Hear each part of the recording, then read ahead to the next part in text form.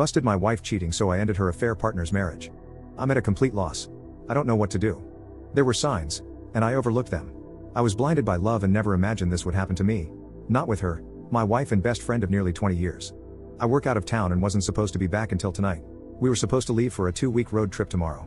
Things were slow at work, so I came home yesterday afternoon. This trip was to give us a little alone time since we've been so busy with family and friends this summer. When I got home, there was a truck in my driveway that I didn't recognize. My neighbor just recently asked me how I liked the new truck, but I thought he was mistaken and didn't think much of it. As soon as I could see the truck, I got a terrible gut feeling. I love my wife and trusted her completely, but that feeling was there and strong.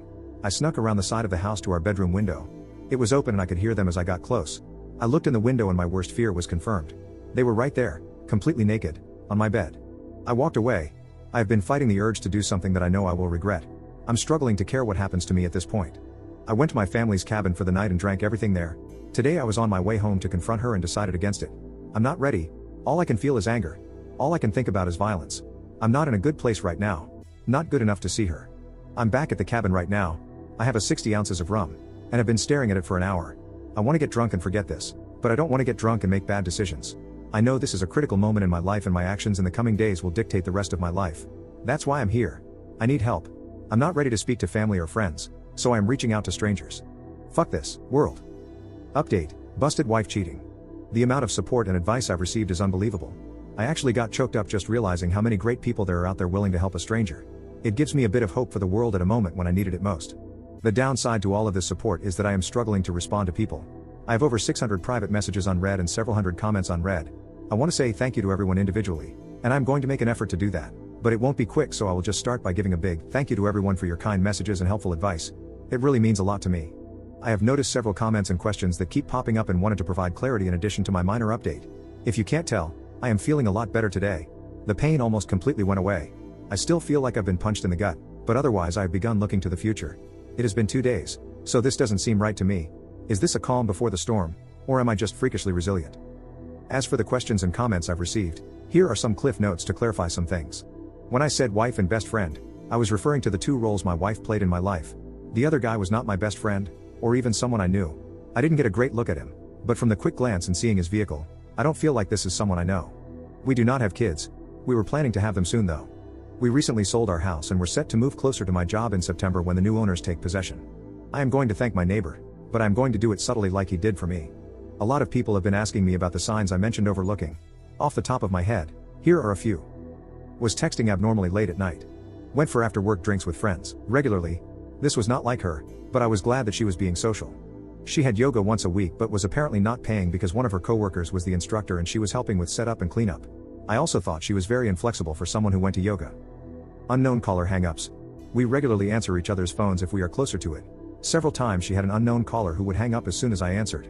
We get a lot of spam calls, but usually it's a telemarketer or a debt collector looking for the previous owner of the number. Rarely it's a hang-up. The update is a work in progress. When my brother arrived, we had a good long talk. He has been my true best friend and I realized I need to always remember that and know that he will always be there for me without judgment the same way I would be for him.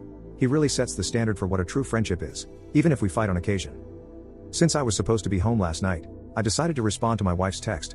We aren't allowed to have phones on site, so it was reasonable for me to only be texting her. She knows it's easy for me to sneak in some texts.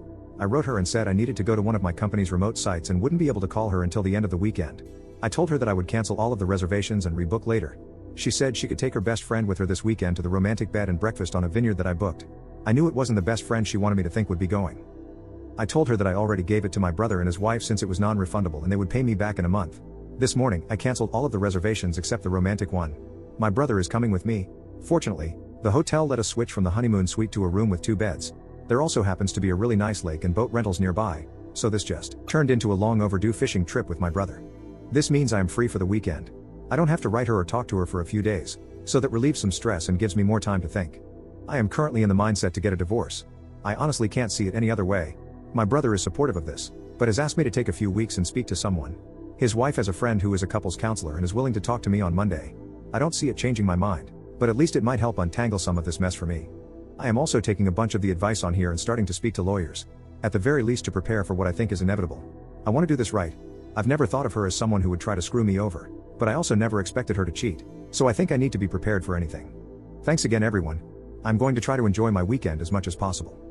Update 2. Busted my wife cheating. A lot has happened in the past few days. I'll start with the less important stuff. My brother, Matt, and I drove nearly 5 hours to the B&B on the Vineyard. I really appreciate him being there for me through this. It was more of a venting session than anything, but it really helped clear my head. After spending the better part of the drive whining to him, I just wanted a little alone time while he wanted to go out for dinner. I stayed in the room and he went out to eat and took me back some food. He also managed to rent a boat for the next day.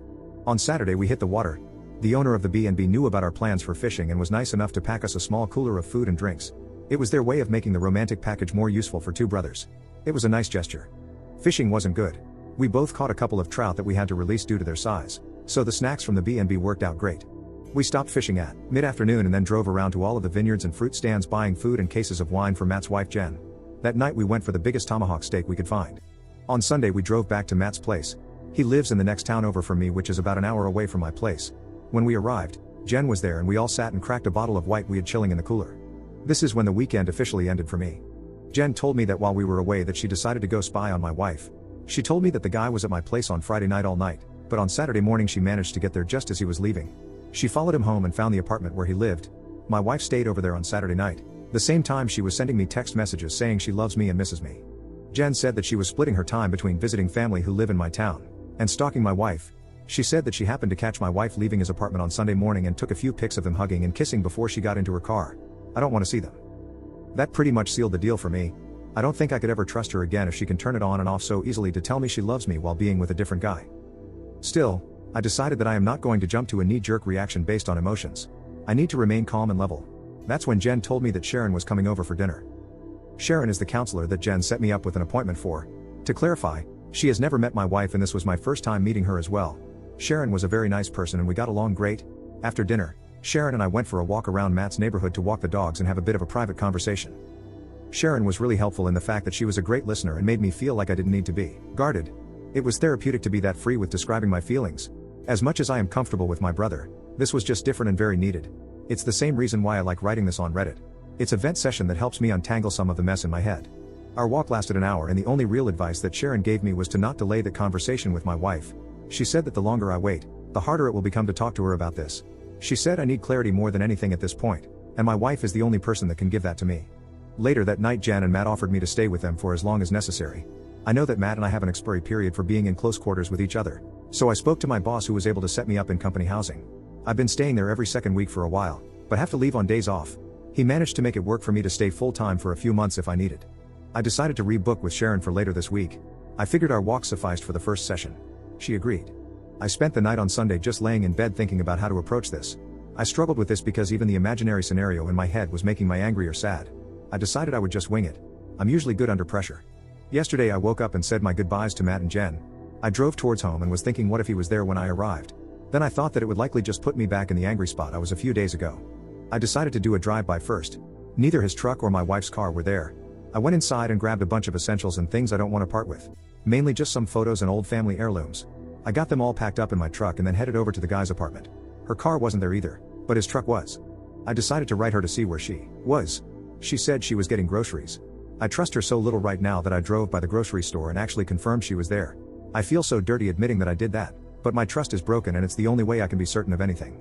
I wrote her again and told her to just come home because we need to talk. She wrote back, "What's wrong?"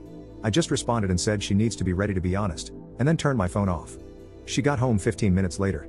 When she came in, she came over to give me a hug and kiss like she does every time. I turned away from her. She asked me again what was wrong, so I told her that she needs to start being honest with me. She played dumb and said she had no idea what I was talking about. I said, "Okay, if you can't be honest then I am leaving." She started panicking at this point and said, "Are you talking about yoga?" I figured it was a start. I asked her what she was talking about, and she told me that she hadn't been going to yoga. Here's a bit of a breakdown of the rest of the conversation. Me, "If you weren't going to yoga, then where were you going?" Her, "I was taking walks to relax because I've been so stressed lately." Me, "Why were you so stressed? And why did you lie to me about what you were doing?" Her, "Preparing for the move has been stressing me out, and I just didn't know how to tell you." Me, "So lying was the decision you made? What was your concern with telling me that you were going for a walk to de-stress?" Her, "I didn't mean to lie. I was worried that my stress would add to your stress." Me, "But I'm not stressed. It really seems like you are not telling me everything." Her, "What do you mean?" Me, "I think that you're lying about more than just skipping yoga. I am asking you again to be honest. You've already lied to me, so this can't work if you keep lying." Her, "I don't know what else to say." Oh, Are you talking about last weekend when I went for drinks with some friends and came home late? I had a feeling that bothered you. I had no clue that she went for drinks, or was out late. I was at work a couple hours away. Me, is that what you actually did that night, or was that a lie as well? Her, I went for drinks that night, but I didn't see her best friend who she supposedly was with that night. Me, who did you see? Her, no one. I just drank alone. Me, you drink alone now? Her, yeah, maybe I have a problem. Me, maybe, we'll talk about that later. Last chance, be honest or I'm leaving. Her, I don't know what else to say. Me, okay, I'm leaving. At this point I got up and left. Usually when we have an argument I go for a drive to get away from her. She probably thought this was the same. Then she realized I took my clothes and toiletries, as well as the Xbox. That's when she began blowing up my phone. I told her that I gave her a chance to be honest and she didn't, so there's nothing left to say. She begged and pleaded with me to come home to talk about this in person. She said she had no idea why I was so upset or what I think she did. She repeated that she loved me and would never hurt me. Just hearing her say that really tore a new hole in my chest. It was always comforting words that I believed without question. Now it's a dull, jagged knife sawing through my heart in the most devastating way. I couldn't handle it, so I hung up. She called back about 40 times before I was ready to answer again. This time she said, "Did you talk to Karen, her best friend?" I asked why, and she said, "Come home. I don't want to say this over the phone." I agreed and drove around a little longer to get my heart rate back down. Then I went home. That conversation went like this. Her, I assume you spoke to Karen? Me, her, well, a few weeks ago while you were at work we went for drinks. A couple of guys started buying us drinks, so we just played along. When we were leaving, one of the guys tried to kiss me. I pulled away immediately and told him I was married. I felt so bad about it and wanted to tell you, but I'm an idiot and just decided to hide it from you. Karen hooked up with the other guy and gave his friend my number without asking me. He has texted me a few times since, but I have never written him back. Me, can I see your phone? Her, yes. She showed me her phone, which was completely empty of texts except for myself and her mother. She never deletes her texts, so this was new. I looked at her photos, which was also clean, but then I checked the deleted photos and found one of a guy I didn't recognize. Me, who is this? Her, that's the guy who tried to kiss me. Me, why did you take a picture of him? Her, I was just being stupid. Me, that's not a reason. Why did you take a picture of him? Her, I don't know. Me, is that everything you want to tell me, or is there more? Her, that's all I can think of. Once again, I left. I didn't want to be trickle-truthed. I got in my truck and drove away. She ran outside trying to stop me, but I was already out of reach. I went to the park nearby and just sat on my tailgate and ate my lunch trying to figure out what to do next. While there I began remembering other things that I should have been more aware of. Things like, I was working a weekend shift and was in bed early. My wife went out to the club with a few of her girlfriends. I woke up at 4 a.m. and she still wasn't home. I called her a few times, but there was no answer. About 30 minutes later she called me back and asked if I would come and get her. When I picked her up, she told me that they were trying to hail a taxi but had no luck. A couple of guys that her friend knew stopped and offered them a ride, but wanted to stop at home first. When they got to the guy's house, her married friend went into room with one of the guys. My wife said she spent some time looking for her but then eventually gave up and just had a drink in the kitchen with the roommates while she waited. She claims she didn't hear her phone when I tried calling. We fought about this, and she was disgusted by her friend's actions, so she cut that friend out of her life. I thought that was over. Another time she traveled to visit a close friend in a different city. It was a planned girls' night. There were 4 girls all getting drunk and watching movies in their PJs. At least that's what I was told. Then she called me around 1 a.m. to say goodnight. We spoke for about 20 minutes and she repeatedly told me that they were having a great girls' night. Then I heard a guy's voice in the background. I asked who it was, and she denied hearing anything at first. Then it happened again, loudly. She couldn't deny it, so she was like, "Oh yeah, X took a couple of guys with her. Everyone here is super pissed about it. She was drunk and 3 hours away. She left me no choice but to trust her." Again, we fought about that and why she refused to tell me they were there. She promised never to put herself in that type of situation again. Clearly that didn't stick. After remembering all of those things, and the conversations we had about them, I was ready to give this one last shot. I turned my phone back on and almost immediately it rang. I answered and she was screaming for me to come home. I drove back to the house. I walked inside and was immediately confronted by her bawling her eyes out. She was sitting on the couch repeating, "I'm so sorry. I'm so sorry." I asked her sorry for what? She began rocking back and forth like a crazy person. It took her a good 5 minutes to catch her breath enough to speak. Her, I lied about the guy who tried to kiss me. Me, okay, tell me what happened. Her, the 4 of us actually went back to his place that night. We fooled around. I knew it was more than that, but just hearing her say it made me feel dizzy. It felt like the room was getting smaller and there were a million people speaking into my ears at the same time. I think I was having a panic attack. I went to the bathroom and washed my face in cold water until things returned to normal. Me, what did you do? Her, do you want me to actually tell you? Me, yes. Her, he fingered me and I gave him a blowjob. Me, was that it? Her, yes. Me, I'm not playing this game any longer. You either tell me everything right now, or this will be the last time we speak. She began bawling again and took another few minutes before she was able to speak her. We met up again and had sex. I'm so sorry. I love you and will do anything to make up for this. Me, just the one time? Her, if I tell you the truth, please give me a chance to do anything I can to make up for it. Please. Me, I'll think about it. Her, it was an affair. We had been hooking up while you're out of town for work. It's been going on for almost a month now. He is married and they are about to get divorced. Me, does he know you're married? Her, yes. Me, if he's having an affair because his marriage is failing, does that mean you think ours is failing? Is that what you told him? Her, no, I don't think ours is failing. I'm so stupid. I hate myself. Please don't leave me. I can fix this. Me, how? Her, whatever you want. Me, if you were in my shoes, or even his wife's shoes, what would fix this for you? Her, knowing the truth. Being able to trust you to mean what you are saying. You can trust me. I screwed up and won't do that again. Me, if you were his wife, wouldn't you want to know the truth? Her, yes. Me, then fix this. Her, you want me to call her? Me, if you think that is what you would want. She tried calling, but never got an answer. A few minutes later her cell phone rang. It was listed as Karen, work. She looked shocked, so I knew that wasn't Karen. I asked if that was him. She said it was. I answered, and being the coward he is, he said, oops, I must have the wrong number. I said no. This is the husband of the girl you've been cheating with. I'm going to let you speak to her because she has something to say to you. I passed her the phone. Her, I told him everything. He knows the entire truth. We're done. It was just a fling and now you need to never contact me again. I asked to see the phone before she hung up me. What divorce lawyer are you using? Him, I'm not getting divorced. Me, oh, but didn't you tell me, wife, that you were? Him, no. Me, okay, then can I speak to your wife? I feel she has as much right to know about this as I do. Him, please man, I didn't know she was married. Don't ruin my marriage over a mistake. Me, you ruined mine over a mistake. It's only fair that I tell your wife. Him, please don't. She's at work right now. I will tell her everything when she gets home, I swear. Me, okay, you do that. That's where I hung up. I asked my wife if she knew where his wife worked and her name. She did. I had my wife call over and ask for her at work. She did get her on the phone and told her to take a seat. This woman said she was just getting ready to leave for the day and she would call my wife back from her car. She did. His wife, what's going on? My wife, I have something terrible to tell you and I don't want to cause any accidents. Please don't drive. His wife, OMG, did something happen to his name? My wife, no. He's at your apartment right now. I am just letting you know that we have been having an affair for a month now. I'm coming clean to my husband right now and thought you should be given the same respect. She went silent for about a minute, then said, if this is some sick joke, I will find out who you are. Then she hung up. Not even 10 minutes later my wife got a text from Karen, work, saying, thanks, you just ruined my life. I grabbed the phone and wrote back, you just ruined 4 lives and 2 marriages. Don't forget that this was your fault, you piece of shit. For the next hour my wife begged and pleaded with me to stay with her. She offered counseling. She offered to never leave my side. She even offered me sexual favors. This was everything that I expected thanks to the comments in here. She then said we should go on that vacation. Her treat. We need time away was her reason.